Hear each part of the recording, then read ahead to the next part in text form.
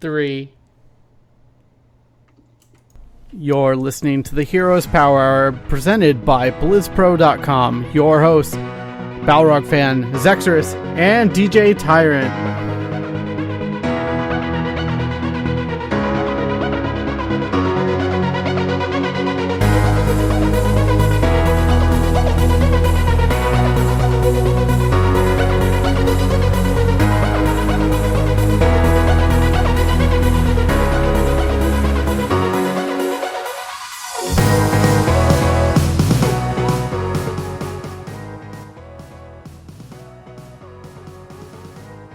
Hello everyone and welcome back to the Heroes Power. This is episode number 79 of the Heroes Power, your Heroes of the Storm podcast on BlizzPro.com.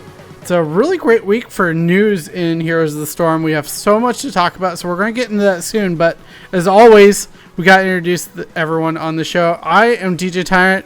Right below me this week is Balrog fan BP. How has your week in games been, and just how you doing, man? It's a special day today, isn't it? It is. It is the day that Saburo got a little bit of patching, and I'm super happy about that because he is busted. But I've been enjoying playing games quite a bit. We played some games last night. I'm starting to learn Ariel a bit, and I'm having a lot of fun with her. She just plays so much differently than most of the supports I used to, so it's going to take some time to adjust to that. I also want to add Gul'dan into my repertoire. Yeah, always good to diversify your hero pool there. Zexters, what could I have been alluding to over there at Charlie's expense? Well, I think it's Charlie's birthday Yay! today. Oh, Congrats. Happy birthday, Charlie. Surviving another year, good buddy. Yes, I've managed to live through an entire year of wonderful balance changes of this wonderful game, Heroes of the Storm. Oh my goodness. I appreciate all the birthday wishes I got today. Thank you, everyone. It's been a good day. So Most now definitely. I'm excited to do some Heroes. Zex, how has your week been in Heroes? I know you've been playing a lot of Tracer lately. I have. She was one of those heroes that I've kind of switched up my playstyle here recently, because normally we all know I play tank a lot. And I was finally like, you know what? I need to learn some range DPS. So I started learning Tychus at first, and he's really fun and can get absolutely absurd in team fights. And then I started thinking, well, what else can I learn that should be, really strong and stuff like that. And I thought, well, Tracer is pretty annoying to deal with when I play against her as a tank, so I'll just go with, I'll start learning Tracer. And the main reason why I didn't start playing her when she dropped was I didn't really understand her auto attack mechanic.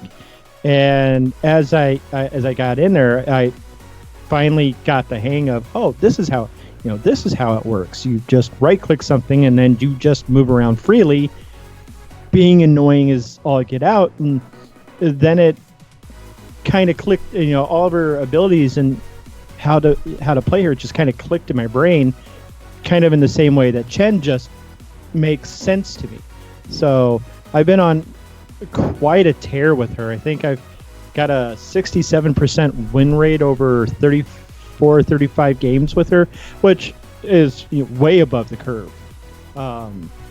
But you guys got to see me be really annoying with Tracer last night. Yep. Shout outs to Carl for that amazing Medivh play he blessed us with. Oh yeah. It was saved my butt a few times, so he got to see my quick match solo queue mentality. He shields me thinking I'm going to go in, and I bail out, and he's like, "What are you doing?" Yeah. Sorry. Carl, how about you? How was your games this week? Well, 7.1 dropped today, so I did some of that. Oh man.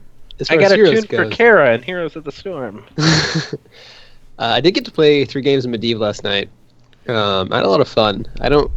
I classify Medivh as a support. I don't usually play supports, but I have a lot of fun with him. He's different, which I guess is why he's not technically a support. But he's a lot of fun. I'm continuing to accumulate wins in Hero League with tanks and losing with assassins, so I don't know what's gone wrong in the world. Aside from that, not much. Okay. Yeah, and then as far as myself, just a lot of quick match lately. Just trying out new heroes, just kind of having fun. Like Charlie was talking about, we played a bit last night. I got to play a bit of Saburo, and wow, that's one broken hero. And also I played a little bit of Zarya in a couple games after you guys had left. And that was a lot of fun. I really like Zarya's toolkit and just how she plays. It's a lot of fun. But yeah, let's kind of talk about the big news of the week. Saburo did receive balance changes today, and a lot of bug fixes actually came out for the game. This is kind of what we predicted as far as patches going forward between now and BlizzCon because of HGC. And we are seeing the balance changes because of Samuro's astronomical win rate, one might say. But yeah, Zek's probably the most knowledgeable about Saburo right now. But I did get to play Saburo last night, and his toolkit is so good, and he's able to escape out of nearly any situation as long as you have that E up, and it's just incredible. Let's talk about the details of the changes a little bit. So his health and health regen is getting dropped. The cooldown is increasing for mirror images, so their life is increasing as well, or their timed life is increasing as well. Movement speed of Windwalk dropping, and Illusion Master damage bonus is dropping as well. And then at level 20, the 3-blade style talent, mirror image time life increased from 32 to 36 seconds. These don't feel like significant changes, I think, to really affect his win rate. Someone on Twitter, I know I'd seen a response to me saying that these changes weren't enough. They said, oh, well, Nubrak, they dropped a Nubrak a bunch of health, and his win rate went down. And I was like, well, that's a tank versus an assassin that's going to be moving in and out of fights and not in the front line necessarily. So, Zex, I know you have a lot to say about this, so I'm curious what you think of these changes. I think the consensus is they're not enough, but we'll have to play to see exactly how they match out. Reading the changes on paper, I think the changes are significant, but they don't touch on the core problem that Saburo does. That Saburo is, and that is he is a jack of all trades and a master of all. If you want him to team fight, he is amazing at team fights. He can self-cleanse anything that doesn't stick to him. So if you blind him and then he mirror images, well, there goes the blind. You just wasted that. The only true reliable way to blind him and all of his images is have a really good Johanna on your team, because Lily's tornadoes are too random. If there's more than target, if there's too many targets in the area, just like if you try to kill him, you need to make sure you absolutely have the damage to take him out in one go, whether it's chain stunning him, even rooting doesn't work all the time. If he gets lucky with a mirror image and gets repositioned correctly, out of the root, he's still going to run. If a team fight's going on and he's at a good level of health, if he runs in and just pops Blade Storm, somebody on your team is going to die, and that's just the end of it. If you do somehow manage to pressure him to run, a smart Saburo is going to run when he's at about, I'd say, between 30 to 50% health. He's going to pop that wind run. He's going to run away. The rest of the team's going to back, and he's going to go split push. And that is something Saburo does incredibly well. He shreds creep waves.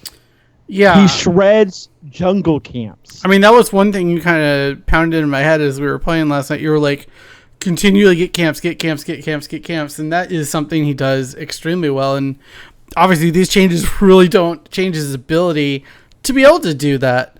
Right. And with Windwalk being as good as it is, you get that increased movement speed. So you're running around quicker than most people are mounted. So as soon as that Windwalk's about to run off, you mount up, you run to like the camp you're going to go, steal if it's on the enemy team. You steal it, you Windwalk out for safety, find a safe spot, mount up, or just hearth back and then take your own camp. Like, he's everywhere all at once. And you don't know where he's at unless you have a dedicated person trying to find him at all times. Whether it be you have a Tassadar with talenting into the reduced Oracle cooldown, or just somebody like what actually worked was Tracer with Tracer rounds. Yeah, because when he would Windwalk out, it tries to fade out, but then it breaks because of the Tracer rounds, unless he mirror images. And then we got some of this to hit on later in the Reddit subject. So you're gonna keep save me going. Yeah, I did want before we completely leave this topic and reuse it at the end, though. I think Shikuchi is also kind of one of those talents that's really, I think, almost too powerful to be at level 13. It's almost like having a bolt with a lower cooldown at an earlier stage in the game. If you're not familiar with it, Shikuchi comes at level 13. Windwalk now teleports you a short distance in the direction you're currently facing. So in addition of going stealth, you're already yards away from where you were and are able to escape even better. And I was using it even offensively last night, so it's a really good tool. But just really quick, Charlie, what do you think of these changes? Do you think they're enough? Do you think we need to see more, or kind of wait and see an approach? I think it's wait and see. I'm always in favor of a hero who's too powerful receiving a base nerf to their health, because that affects how they scale their health the rest of their level. So 100 health decrease is significant, especially for an assassin. As far as like the bug fixes, I'm always in favor of a high visibility bug fix being taken care of. And something that kept popping up that I was wondering, what is this? What are they talking about? It fixed an issue causing an unmet requirements message to pop up when a party queued up for Heroes Brawl. I'm like, every time that popped up, I'm like, what? And I knew it didn't really mean anything because it didn't do anything, but I really like that Blizzard is able to just jump on these small things and get rid of them and take care of them, because that's important. You don't want something with high visibility constantly popping up for players and people going, hey, that looks ugly. Take care of that, please. Yeah, most definitely. Carl, any thoughts on Saburo? I'll cover most of it. I think a health change is always pretty significant. I think his team fighting will be reduced because Willie talked about if you can kill him in one combo, that's how you beat him. Otherwise, you have a hard time. But it just got easier to kill him in one combo, right? It didn't do anything for split pushing. I don't know that you can do anything for split pushing without fundamentally changing the kit. But it is what it is. I think he'll be... Oh, go ahead, sorry. I don't know. It could be... I don't know, I'm going to hazard a 4% win rate drop. That sounds about right, honestly. I think there's also like a 4% win rate drop because of these changes, and then probably like another like 2% because people get used on how to fight him. I think a lot of people just let the clones do what they do, and they spend way too much time trying to figure out which one is the real Saburo. And with an up in the clone time being 18 seconds and the cooldown being 18 seconds, the name of the game is blow up those clones really quick because they die quick. People act like they're Nova clones that don't do damage. These things do damage. Get rid of them. They're easy to take out. Take care of the clones, and then Saburo loses a lot of his ability that he has to create chaos on the field. So I would say that is kind of like, a lot of people are like, oh, you upped the cooldown by 2 seconds, but you gave his clones 2 seconds longer. Is that even a nerf? Well, yeah, it is, because it is now the clones have a longer downtime if you focus them out. Yeah, we'll have to see how it ends up playing out. I think it'll still be very targeted in drafts pretty much across the board. He's almost always banned, it looks like. But speaking of kind of exciting things, Blizzard did drop the news on the details of 2017 for Heroes Esports. They didn't even wait for BlizzCon to happen or us to crown the winner for BlizzCon, which we'll be previewing that in just a little bit. But They did detail the exact league system, how they're going to do it, and exactly how they're going to break it down. So they're going to break it out into 4 separate regions: North America, Europe, Korea, and China.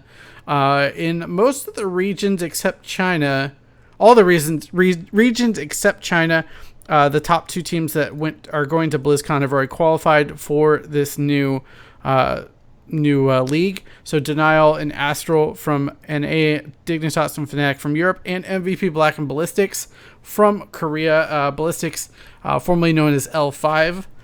They did get picked up by a team there. Carl, I wanted to throw to you, because I know in our show prep, you kind of had a really good explanation for how this exactly plays out.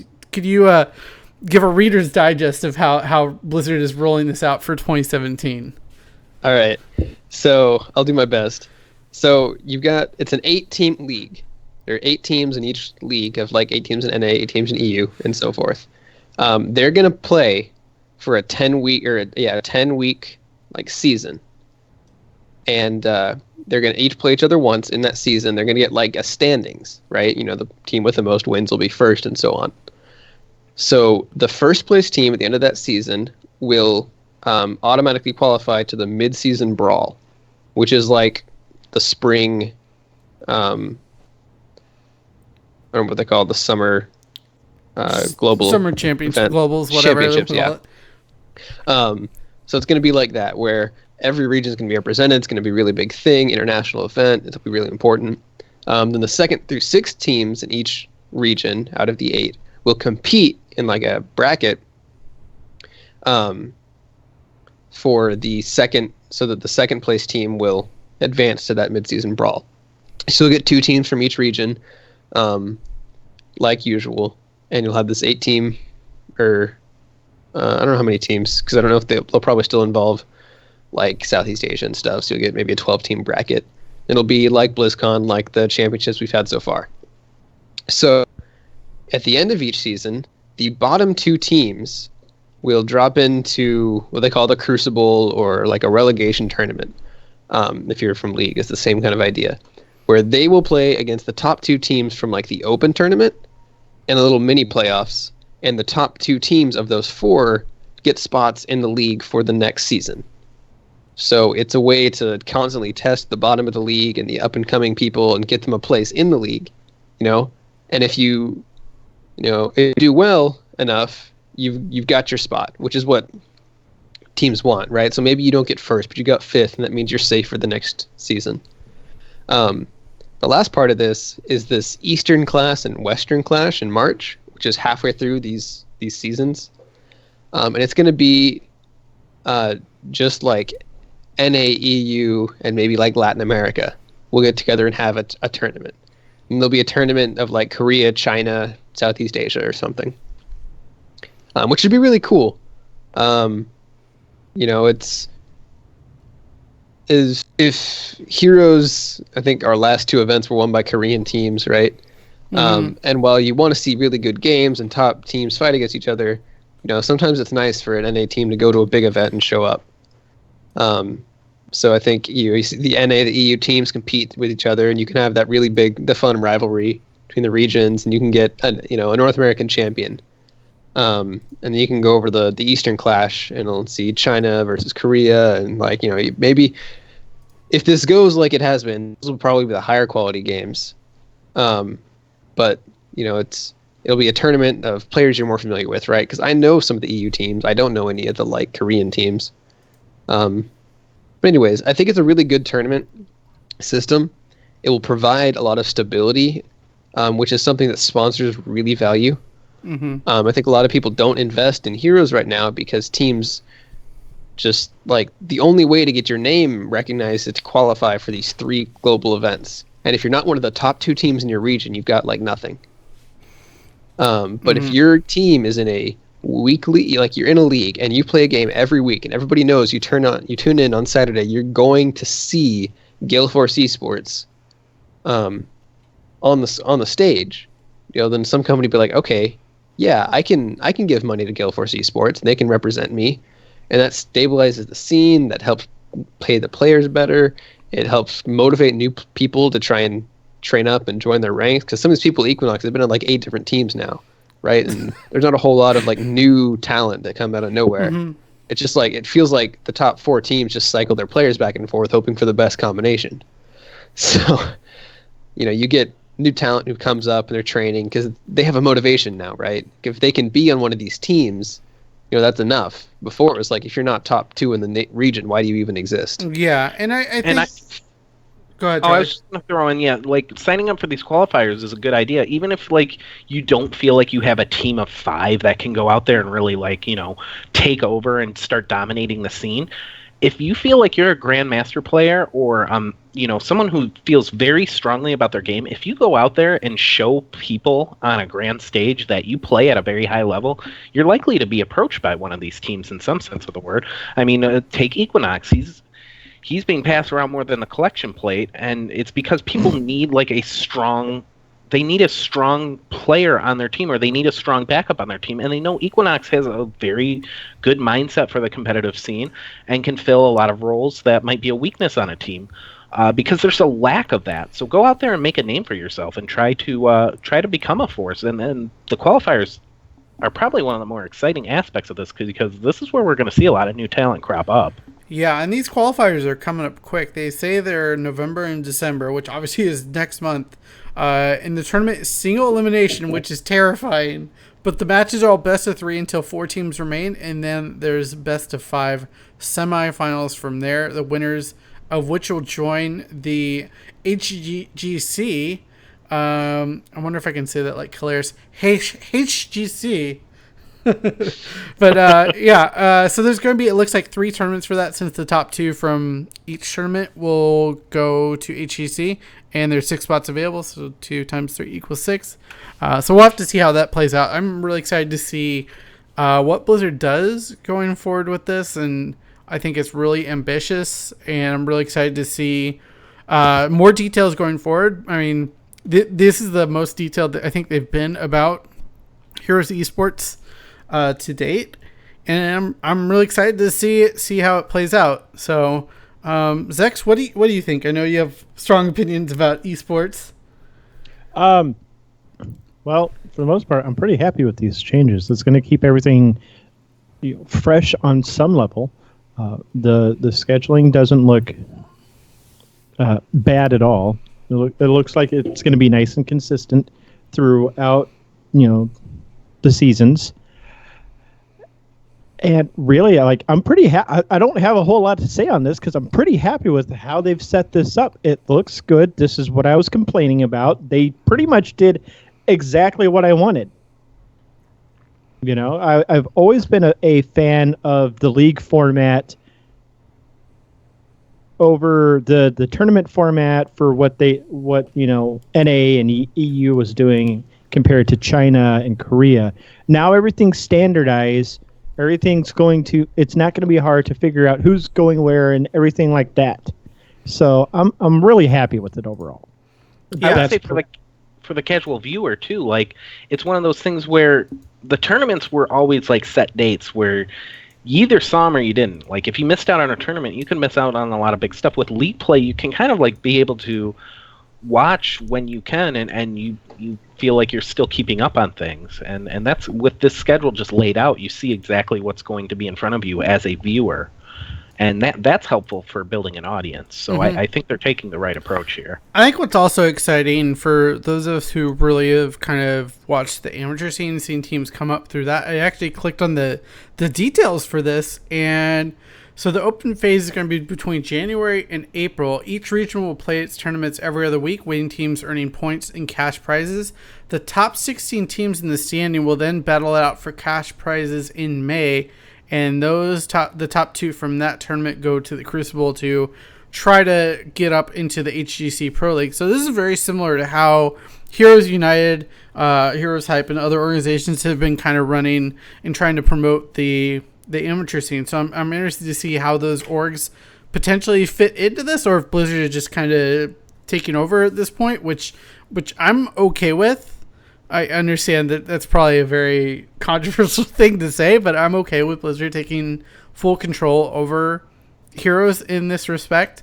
And I'm just excited to see how they handle the amateur scene and really promote it. And obviously, this gives these amateur teams way more incentive to continue playing week in and week out, as they're going to earn points to potentially qualify for this tournament. And obviously, they did say cash prizes are going to be available as well. They're not sure how much, but I mean, it's something for these players to be playing for. Jimmy, let me jump in here real quick because I'm a little confused by something you said, and I'd like to get some clarification. Now, do you think the way you were talking, it sounds like you think there's a possibility that Blizzard may come in and like take over the Heroes United stuff, or they've worked out some deal or something like that, and Heroes United is ceding control to Blizzard over something they've built themselves and everything like that. And if that's the case, that is something I'm heavily against. That is something because sometimes companies don't properly compensate for the time that people have put in and worked, and for something like Blizzard to do, just come in like, hey, we're running this ship now. That's honestly pretty crappy, and that's something I'd be really heavily against. Now, if let's say that happens, Blizzard takes over the Heroes United series, but everyone who has put time and effort into making that the amateur powerhouse scene that it is, because it is. We watched Vox Nihili win, Heroes United. We watched Vox Nihili, a couple months later, make that surprising run. I think top it was in a at the fall. Yeah, the first fall qualifier.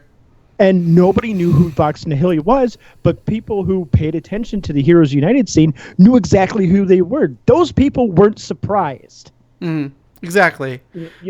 And Heroes United has done a wonderful job of promoting their scene, getting it out there, getting it known, making sure that, hey, if you want to see possible up-and-coming teams, like RFS Gaming, Vox Nihili, Miasma Esports, Phantasmagorical 4.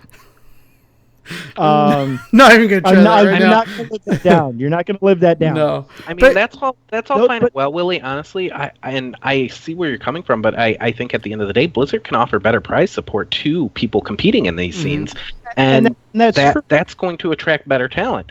You're only going to bring in high levels of play when there's an incentive to play. Yeah. And building a great amateur scene is great, and whether or not these people are compensated behind the scenes or whatnot, that's not really for us to say. I mean, Blizzard has done a great job of bringing people into the fold. When I first met Gillyweed, she was just a streamer. Now look at her. She's casting the biggest stage in Heroes because of the work she put in. So it's not like Blizzard is the kind of company to just like buy people up and say, we don't respect anything you've done. We got our own people. And that's true, but I still, I'm a half glass empty kind of guy. We all know this. Yeah, you're that's my worry. Okay. is what I pretty much. And before we move on from this, I just wanted a disclaimer that I actually know nothing about the details behind the scene of what they're doing with the Open. I hope it's kind of a mix of.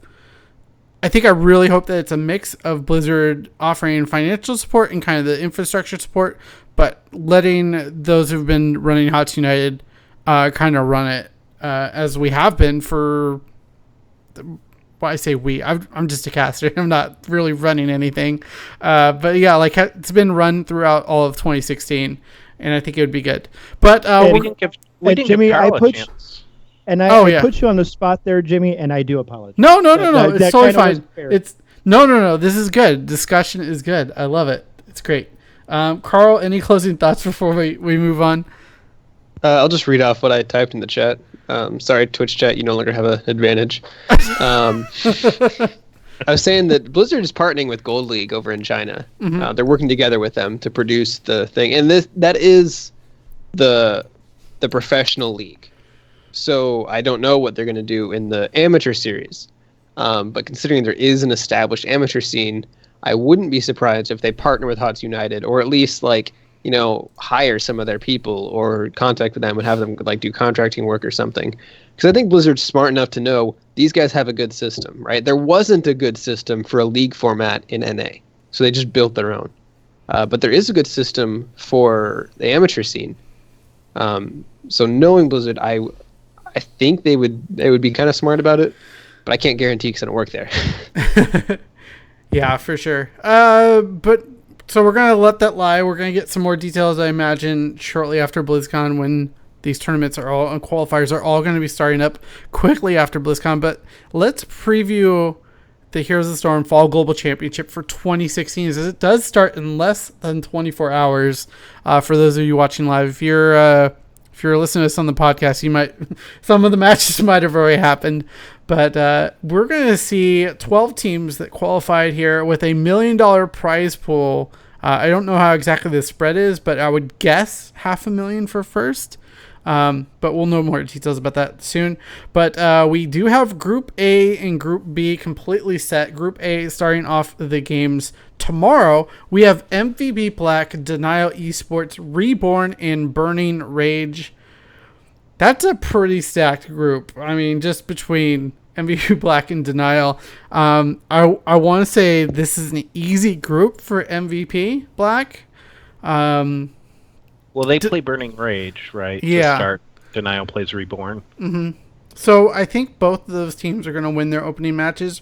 Reborn is from Australia, and I hate to kind of hate on Australia, but they haven't been particularly strong in the regionals as of late, and I don't see that changing. Burning Rage is the Brazilian team. They've shown some definite life. I think, they were big gods before. And I remember, I think it was either summer or spring, they took some games off that people weren't expecting. So I have MVP Black and Denial getting out of that group. What do you guys think, Charlie? I personally think that Burning Rage kind of drew the short straw here. They had a much better chance of making some noise against Denial than they would have against MVP Black. MVP Black is the predetermined winner of it all until somebody proves it otherwise, in my opinion. So it's really hard to have to like start your tournament life off against that. You feel like you're going against a juggernaut, and the mindset has to be great. We are the people who have to topple MVP Black to start, and I'm sure they're preparing in every way they can. But MVP Black, man. They're just so mechanically strong, and every time we talk about the Koreans, it's always talking about Rich and his play and just how incredible it is.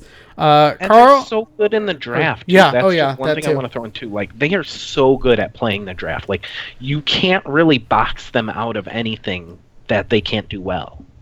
Like, there are teams where you can kind of like take away some of their specialist play or try to pick against their strongest player, and you'll have some success, or run like a weird strategy they may have never seen. I feel like MVP Black has been in every single simulated possible thing that can happen in Heroes of the Storm, it has always come out on top. The thing that's really hard to draft, just draft against MVP Black, is that you can deny the quote unquote meta picks, but they're so deep in their hero pool that they can go really far. Like you're ending up putting Rich on like Thrall, and if you end up ending Thrall, you're gonna give up a much better assassin for him to play around with.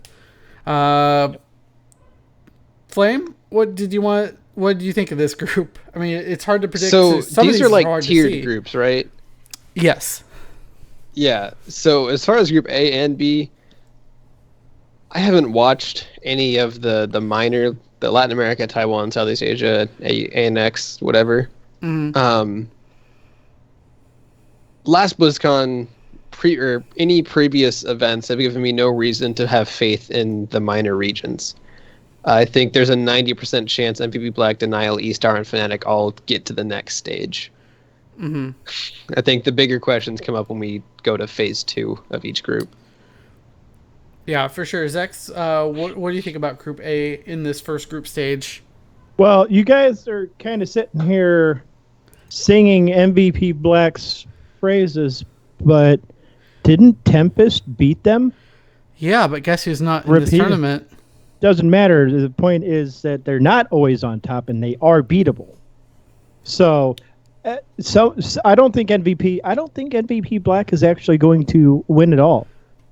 Wow. They'll get out of this group. They'll get out of the group. but they're not going to win. I really think someone's going to surprise them. I don't know who yet. I'd like to see an EU team do it. Like My Insanity showed a ton of promise over several championships. They're not here, but we've got Fnatic and Dignitas. Authority has and exactly. They're kind of a sleeper. Not the sleepers, but kind of like the underdogs, I'd say, in the sense that nobody's picking them, but nobody would be surprised if they won. Mm-hmm. Yeah, I think Tempest kind of woke MVP Black up out of their stupor and their complacency because around the time they lost over in Korea to them, they're all like, yeah, we don't know if we're going to play the game much longer, blah, blah, blah. And then Tempest just wiped the floor with them. And then I can't remember which one it was. I want to say Summer. Was it Summer Championships? Yeah, it was Summer. Tempest one? Tempest one. Yeah. And then Tempest just came out and just slapped the taste out of everybody's mouth at Summer Championships. And I think that made MVP Black realize, okay, we're really, really good at this game, but we're still beatable. People can still figure something out that will work. Mm-hmm. And over in Korea, it's like a 7-game set, so you can't just run 3 different, I'll say cheese strats or anything like that. No, you're in an endurance match with these guys, and that's not easy to win, but it is doable. Yeah. I'm done. So I did want to point out in Group B, we have eStar Gaming from China, Fnatic from EU, Please Buff Arthas from Taiwan, and Imperium Pro Team from Southeast Asia. Just a reminder that Please Buff Arthas during Summer Regionals did knock out Gale Force Esports and move on to the second stage here. So we could potentially see kind of an upset there. I'd be a little surprised if it happened again because of how strong eStar and Fnatic are in this group, and that's I feel like going to be my guesses for getting out of this group because I'm not familiar enough with Imperium Pro Team, and I just don't think Please Buff Arthas can repeat the same thing. Was Please Buff Arthas the team that didn't rely on their support play very much? I believe so. That sounds like something that played like a heavy assassin builds and stuff. Like they had a support obviously when it was needed, but they were more relying on their assassin play to the point where it was ridiculously surprising. Yeah, that was PBA. They were a lot of fun to watch. I enjoyed watching those guys go at it a great deal. They're my sleeper pick. I would not be shocked if they made it out of the group. I wouldn't be shocked if they made a deep run.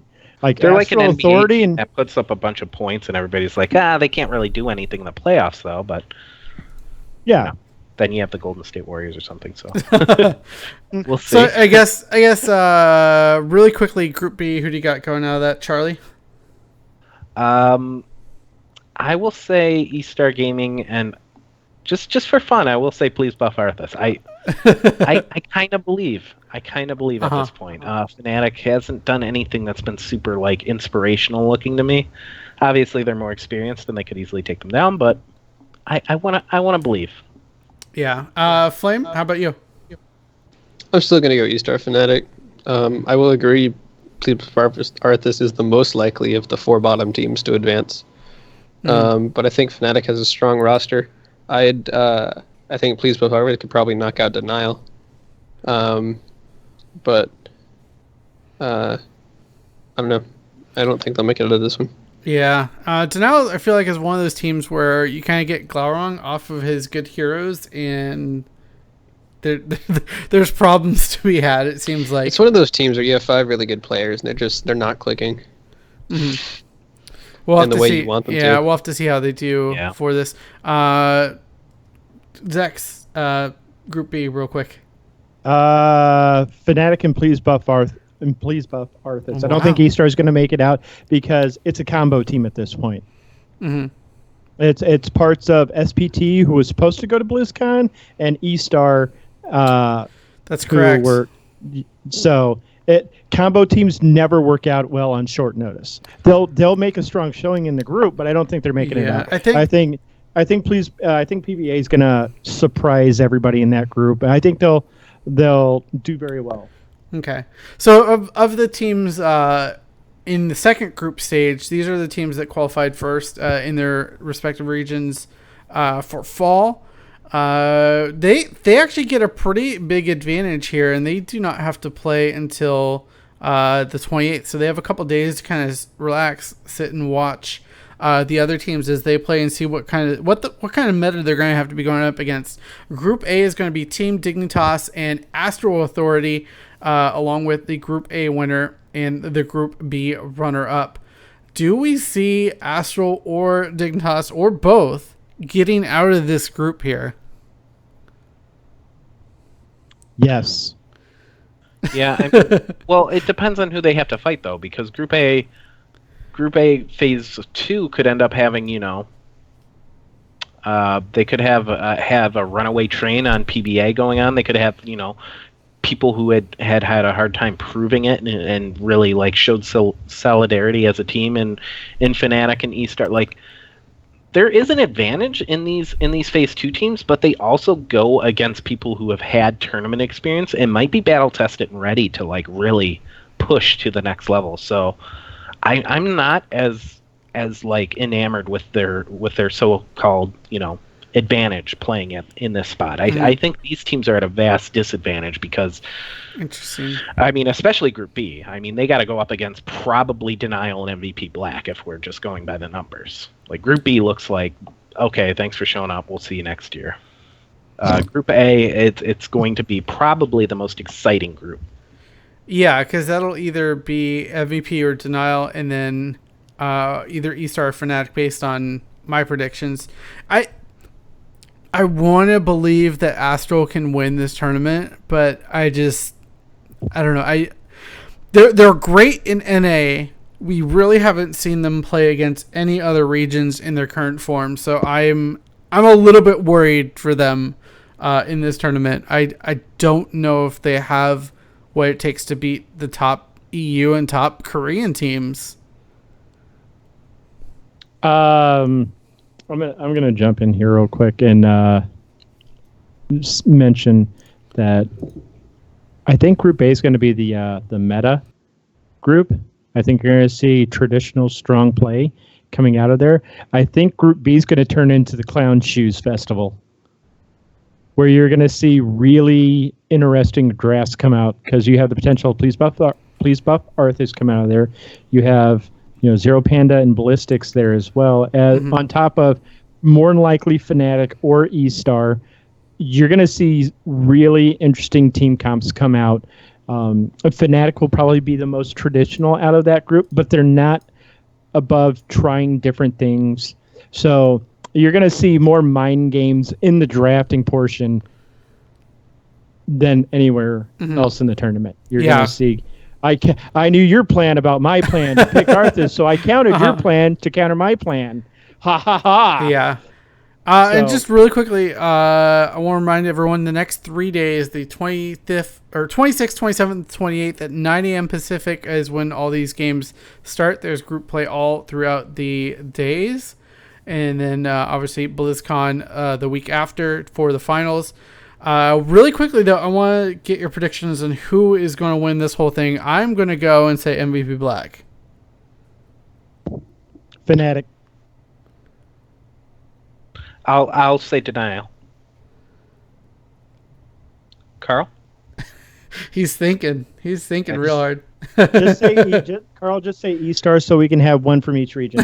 Oh my Carl, goodness. you are muted. While Carl unmutes himself, I will say you can go ahead and tweet any predictions to us at Heroes Powerhour on Twitter.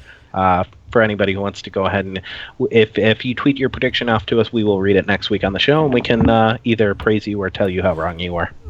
Carl? I think I'm going to lean towards Ballistics just because they beat MVP Black in Korea, and I think they'll have to do it again in some fashion at BlizzCon, but, get some variety in here. I'll have 3 different Korean overlords for 2016. Yeah, and just for reference, a lot of the members of Ballistics were a part of DK last year, which got top 3, I believe, or top 4 at BlizzCon last year. Oh wow! Yeah, but yeah, that's a name I haven't heard of in ages. Yeah, a lot of the members are on Ballistics now. But yeah, we'll see how our predictions pan out in the coming week. And once again, if you're interested in joining the conversation, tweet at us, Heroes Power, and we'd love to see who you think is going to win this tournament and why. So let's go on to our strategy corner. We started this last week with Flame and Balrog. We're still trying to fish for a good name for this segment, but if anyone has any ideas, go ahead and tweet at us, Heroes Power. But we have some strategy questions to really talk about, and just kind of overall strategies, stuff from drafting, from what roles you want to play. And Charlie, want to take it away from here? Yes, these are 2 mock questions that are completely made up and in no way really submitted to us, but they are questions nonetheless for our resident expert, Carl, who will do his best to answer them. So, mock question number 2, or real question number 2 for people who want to, pretend these are real. Dear Carl, I like to play mage characters such as Li Ming, Jaina, and Chromie. Most of the time my games end with me having high damage numbers and low deaths, but we have had a hard time securing kills, and often team fights end with me running away with the rest of my team dead. Am I doing something wrong? So basically, I framed this question in order to talk to you about how to use your abilities right. I think when you're playing a mage character, your cooldowns are your most important tool that you have, right? A Jaina Blizzard that hits 3 people can be completely useless. And sometimes a Jaina Blizzard that hits 1 person will win you the team fight.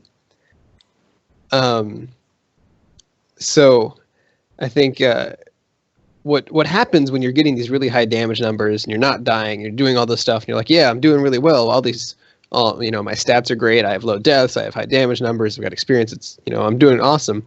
What's happening is you're not doing like meaningful damage. Is when your team's trying to kill Zool, you dumped all your abilities on Vala and got her to a 3rd health, but the Malfurion heals her back up and you accomplish nothing. If you just hit the Zool, your team will be fighting a 5v4 and you can win the fight.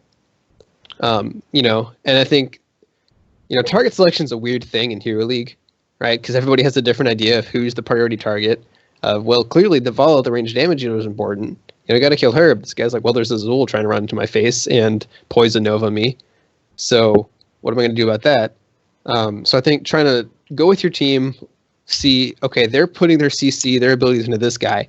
Now I need to damage them.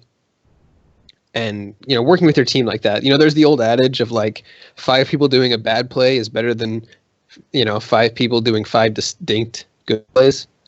Yeah. It's the same thing in a team fight. 5 of you hitting the ETC is better than 2 of you hitting the ETC, 2 of you hitting the Vala, and 1 of you diving the medic. And I really want to focus on a term you said, meaningful damage. It's something that encompasses heroes that gets overlooked because of the way people read the stats in-game. Also, I think this applies to a term I like to call meaningful deaths for the tank. If the tank has the most deaths on your team, but he died 4 times saving 4 other people, his deaths were meaningful and good. Because if you won those team fights because of his sacrifice or her sacrifice, then they were meaningful deaths. Meaningful damage... There are a lot of heroes in this game that can really inflate their damage numbers and not really tell the tale. Huh? Nazebo. Asmodan too. Mm-hmm. Like, Asmodan can have very pretty numbers, but like if he didn't hit a dunk that killed like 2 or 3 people, Asmodan probably didn't do a lot. It's one of those things where if somebody's telling you like get your damage numbers up, but you're like, look, I'm responsible for 6 kills, and I know the skills that I've used have secured us kills. Don't listen to those people. The most important part of playing competitively is doing damage that secures you a win, not doing damage that makes your numbers bigger. So I just wanted to touch on that meaningful damage term, and because it's something that's never really brought up a lot. especially when you're arguing with somebody in the middle of the battle in a Hero League Silver 2 match. You, you can't go, but I had meaningful damage, sir. Like, they're already, like, muted you and calling you every name in the book, so. Anyways, should we move on to the next question, Carl? Let's go for it. All right. Dear Carl, is there a place in Hero League for shot calling? And if so, what's the best way to go about it? So this actually has a different answer depending on what rank you are, after some discussion. I'm a diamond player, and I've had some pretty good experiences with people saying, like, hey guys, we should go to this objective, we should rotate to this, we should focus this guy in the team fight. People kind of listen, people do as they say, and it helps. It provides you a direction, right? There's a reason people, were so mad about there being, like, a year ago when you could queue into Hero League with up to 5 people, and I don't remember what they call it. It was just that was the way you could do it, and people were like, well, "That's unfair. These guys are going to have a 4-person team against me.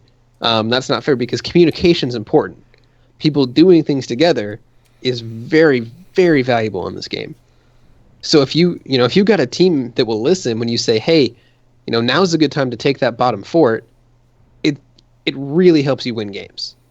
And and even in a lesser role, some of the encouraging stuff, right? If you lose a team fight and you're like, "Hey guys, let's just come back. We can do this little thing differently. It'll work next time." It makes a big difference versus you yelling at your Vala saying she was useless and her just tuning out and being like, "I don't even want to play this game anymore." So that's my experience.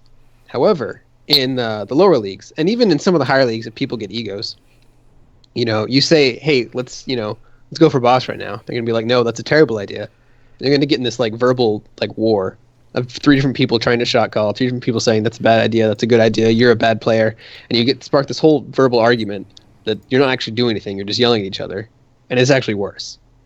Yeah. So I think, my advice would be, if you're interested in doing it, it does take effort, right? Not just every player can just say, "Here, this is a good play right now. That's what we should be doing." But you have that kind of mind for it. Try it once or twice. Don't be ordering. Try and be, suggestive and stuff. And if people are just ignoring you, if they're saying you don't control us, you're not my mom, Right. then stop doing it. It's clearly not going to help you. But I think it's a pretty valuable skill if you learn how to do it without offending people. I can share one side experience too that I had, and that was in my 10th placement game this morning. There was a Gazelle. We opened up on Dragonshire, and this is silver 1, 2, gold 5, mind you, not known for being the most level-headed, best technically sound players. The Gazelle started off in the draft mode, and I think this is the best place. If you want to establish yourself as a shot caller, be a reasonable person during the draft mode. Don't tell people what to pick. Don't say things. This Gazelle just said, "Hey guys, we're on Dragonshire. I'm going to take Gazelle. How about you guys just, we'll do 4-1. I can easily control top. You guys roll as a team in mid and bot, and we'll keep control of the map and gain an experience lead that way." And then he suggested things we should ban. And then one player on our team got annoyed with him, at the start of the match. He's like, "Gazelle, shut up. I'm already tired of hearing you. You're muted." And he was like, "Look, I might be being kind of annoying, but I'm giving you guys good advice, so let's at least try it. If it doesn't work out, we'll do something else." We end up winning the game and having a 3-level lead most of the game. And everybody was just ecstatic because Gazelle would say, "Okay, go here, let's do this, push this lane." He wasn't being overbearing, except, people who perceive it that way with egos or whatever. But I honestly think, and if you would have asked me before, I would have encountered a player at that level of play that would have been capable of shot calling in a reasonable, normal manner, I would have been like, yeah, that's not going to happen. That's for high level play. But yeah, if you wanna be a shot caller for your team in Hero League, go about it during the draft mode where you have plenty of time to talk and you can take a little bit of time to reasonably state your argument for why you think we should do things this way. If you're somebody who is good and knows what they're talking about, there's a good chance people will listen to you, and especially if you start winning early, people are going to be more inclined to keep listening to you. So if shot calling is something you want to do, make sure you have a good plan for it, you have a good mind for it, and you you start like implementing that strategy early on rather than, you're down 2 levels and you start angrily typing, we should be doing this. That doesn't help anybody. That just makes people mad. So that's all I wanted to add. Yep. No, it's good. Really good advice. Yep. And as always, if you have any questions you'd like us to answer, any strategy situations you'd like us to talk about, tweet at us at Heroes Powerhour or check us out on Discord, discord.blizzpro.com. Sorry about that. Are you sure that's how it is? Yes. Okay. Sure. Visit heroesofthestorm.blizzpro.com today. But we do have a bundle to give away. We have one more Zarya bundle to give away. If you are interested in that, hit that exclamation point raffle in chat and we'll get you into the running for that. And we're actually going to start closing out the show now. We do have Aram games we'd like to be playing tonight. So if you guys are interested, join the BlizzPro channel in game and we'll get that started as soon as we close out the show. And we are still working on our Patreon stuff. It's going to be up very soon here, and I'm really excited about it. We've been doing a lot of work on it. Zex has been doing a ton of work on that, so I'm super excited for that. As well as if you are going to be at BlizzCon, make sure to carve out some time on Friday at 6 p.m. We'll be a lot of the BlizzPro people will be hanging out between Hall B and C entrance, and we'll just hang out. So come say hi, and maybe we'll have some giveaways. I have no idea if that's actually true, but maybe we do. We'll see. But yeah, come say hi to not just myself and Elena, but there's a bunch of the other show hosts as well from all the other great shows. And you can catch all those other great shows on youtube.com/BlizzPro. On Wednesdays at 6 Pacific is the West March workshop for Diablo 3. They're getting hyped for BlizzCon coming up here, and they had Season 8 just start last week. Thursdays at 7 p.m. Pacific is Payload Podcast, which I'm a part of, talking about Overwatch stuff. And Sundays, as always, 7 p.m. Pacific is Well Met, covering Hearthstone. But yeah, make sure to join our Discord, discord.blizzpro.com, and we'll include a link to that in our show notes.